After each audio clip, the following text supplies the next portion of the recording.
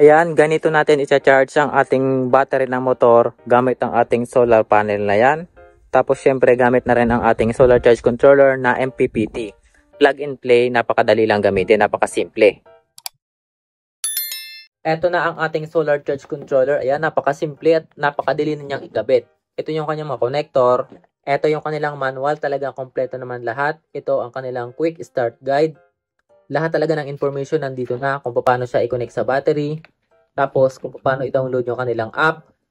And then yung iba pang information na talagang pag binasa nyo, wala na kayong tatanong pa. Ngayon naman punta tayo sa tear down itong solar charge controller na to para makita natin kung ano nga ba yung nasa loob niya.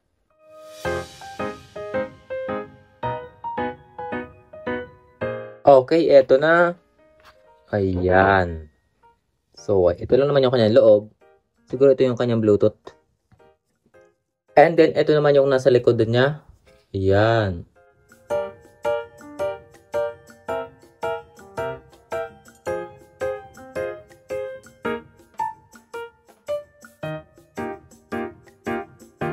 Ayan o, 63 volts lang yung kanyang capacitor. Kaya, maximum lang talaga niya ang 60 volts na solar panel. Kapag lumampas dyan, puputok yan.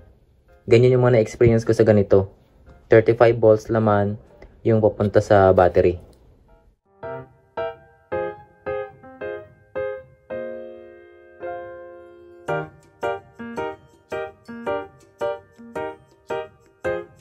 Ngayon, ikabit na natin dito sa aking 12 volts gel type battery.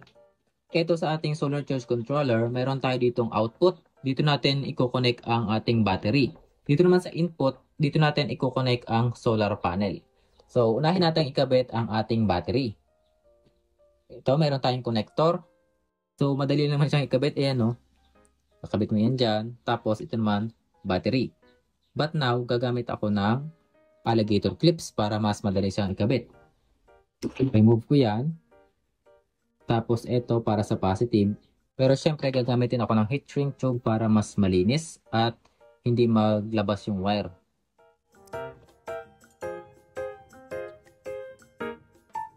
Ito, pwede nating hinangan, pwede namang i-climper. Pero as of now, gagamit nila muna ako ng plies para ikabit.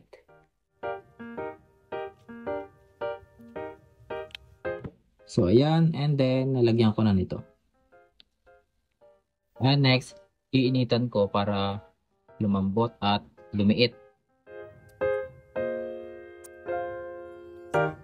Okay, next naman ay sa positive. And then dito naman.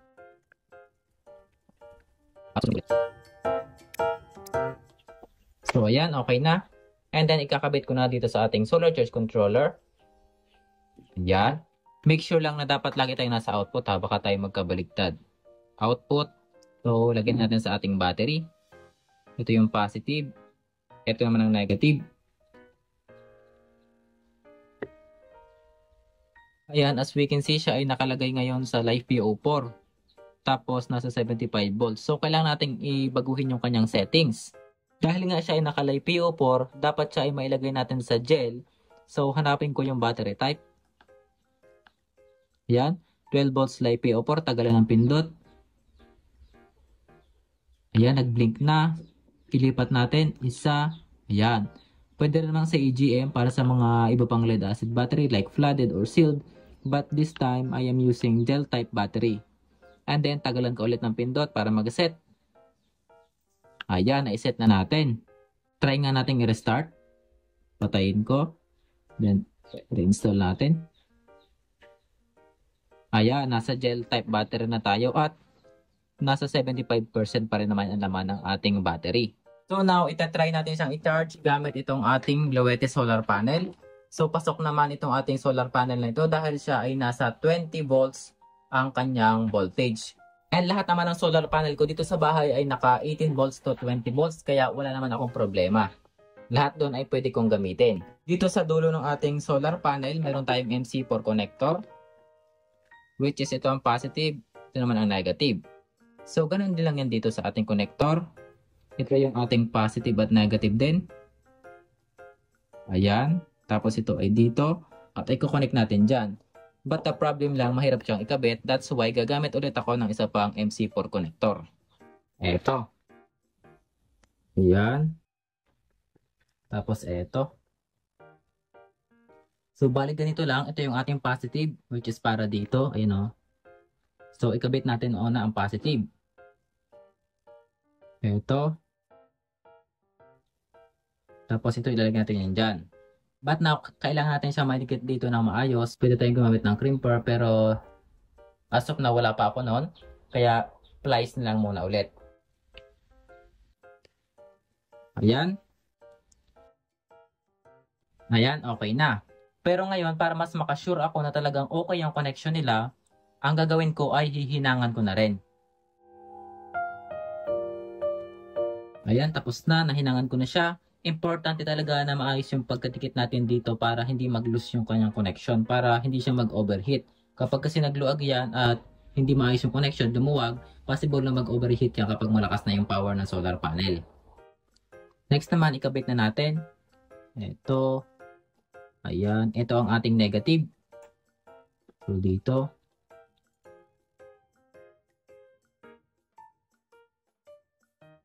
Ayan. Then, ito naman. And, yan.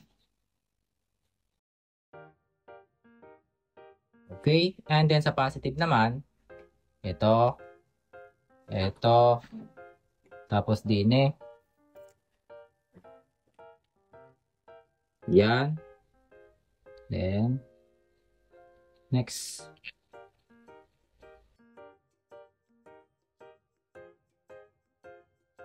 So, ayan na. Tapos, isasaksak na natin siya dito. At ito naman, ikakabit na sa solar panel. So, negative kulay itim. Ayan, sakto naman. And then, positive sa pula. Yan, di ba? Pero syempre guys, itong ating solar charge controller ay mayroong mobile app. Kaya mas magandang gamitin natin siya. I-download natin siya sa Play Store. Ito. And then, click natin itong Bluetooth sa taas. Allow. Ayan. Dito sa taas, makikita na natin kung alin yung ating dito, device, which is itong Charge Pro. Connect natin. As we can see, yung aking battery ay nasa 72%. Ayan o. And then yung battery ay 12.6 volt. So solar panel, wala pa tayo nakalagay kasi hindi pa naman tayo nakabilad sa arawan. And then dito, makikita natin yung parameter. Pwede nating baguhin yung ating battery. Click natin itong lock. I-confirm natin. Yan, naka-unlock na. Then, click natin yung gel. Yan. Kung anong klase ng battery natin, pwede natin siyang ilagay.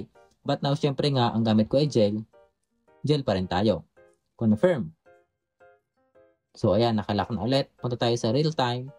Punta na tayo ngayon sa labas para makita natin yung performance ng ating setup.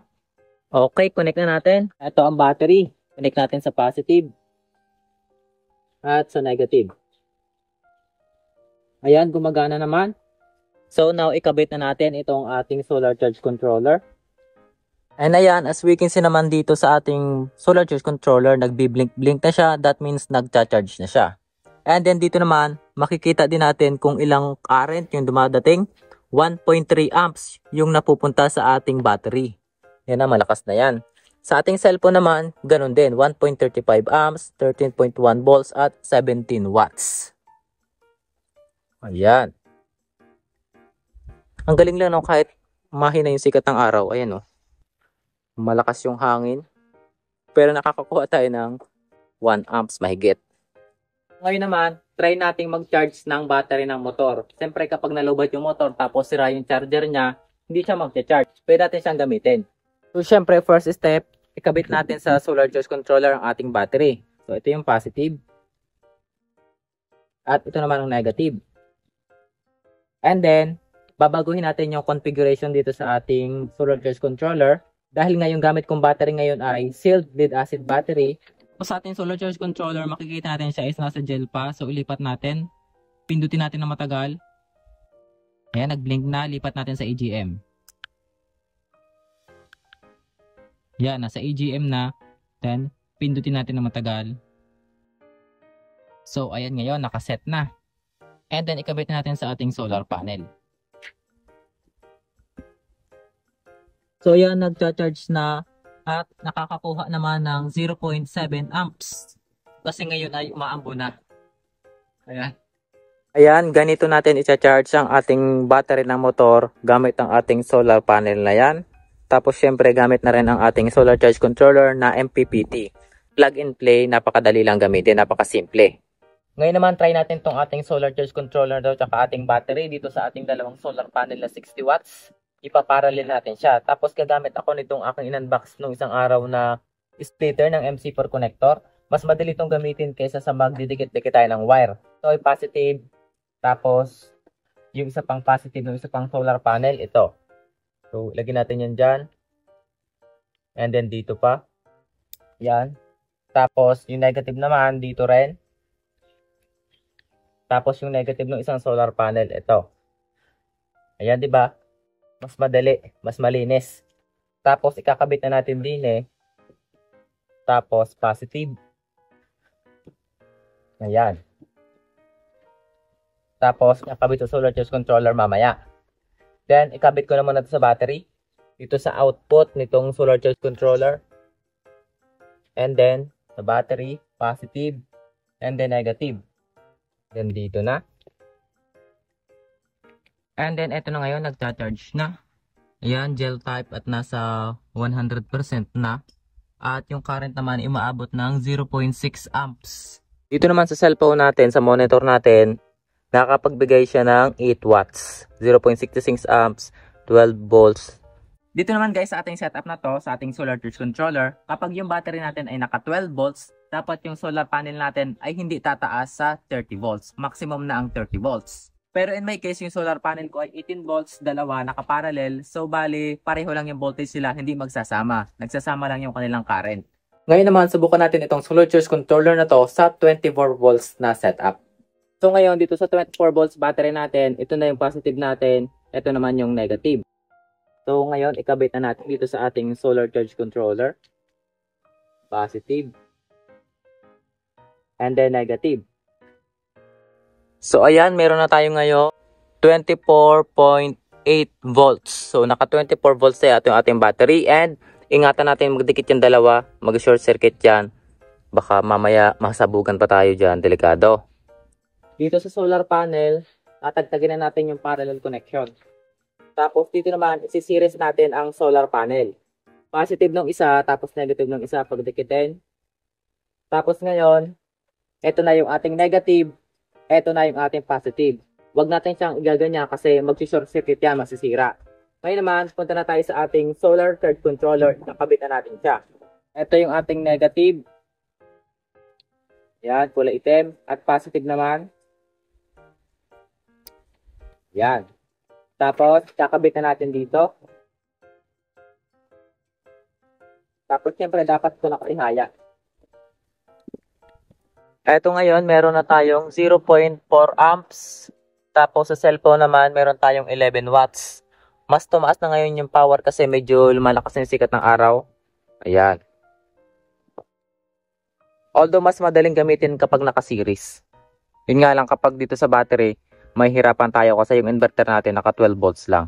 Kaya, mas okay pa rin sa akin yung 12 volts. Dito naman sa ating solar charge controller na to, kapag yung battery natin ay nakaset sa 24 volts, yung maximum solar panel natin ay dapat maximum lamang ang 60 volts. Hindi na siya tataas doon. So ngayon naman, ikakabit ko na ang solar panel nito sa bubong, tapos ikakabit na natin yung itong buong setup na to doon sa aking 100 ampere hour na battery sa loob. And then ngayon, yung mga solar panel nga pala ay nandun na sa bubong.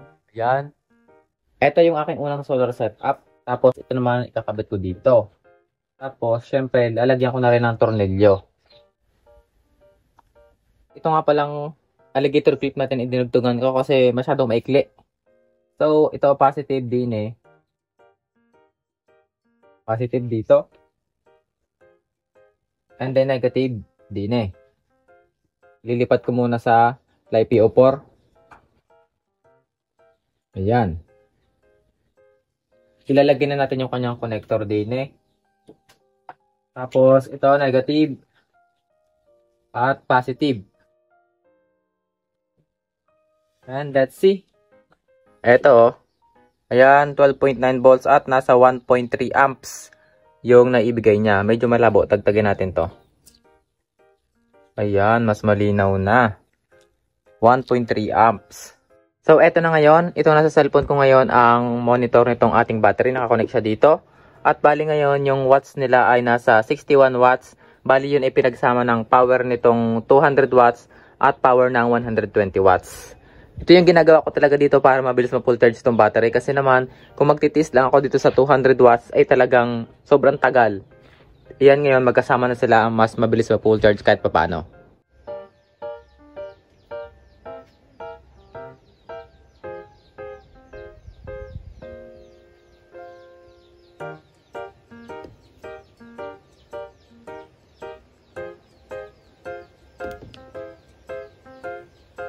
So ngayon naman, magkano, paano at saan makaka-order ng solar charge controller na to at meron ba tayong discount? So try natin. Click natin yung link natin sa description box below. Tapos mapupunta tayo sa kanilang site. So nandito tayo sa kanilang site. As we can see, meron tayong dalawang variant. Yung una natin, 2,700 pesos. Yun yung may Bluetooth app. Tapos yung isa naman, 2,100 pesos. Siya yung walang Bluetooth app. Itong nasa akin yung may Bluetooth app. Click natin yung choose more option. Tapos meron ulit tayong dalawang variant. Yung isa 10 ampere with Bluetooth na 2,700 pesos. Tapos yung 20 ampere naman ay 5,200 pesos. So yung nasa akin ay yung 5,200 pesos na 20 ampere. Click natin yung add to cart. And then nandito tayo sa ating cart. Check out na natin. So ito, as we can see, 4,200 pesos na lamang yung ating babayadan kasi meron tayong discount. Meron kasi silang Happy New Year sale. Yun, nagkaroon tayo ng 780 pesos na discount. Tapos, ilagay nyo lang yung inyong mga option, shipping option dito, yung name and address. Tapos, yung kanilang payment method is PayPal, Visa, and Mastercard, and Amex.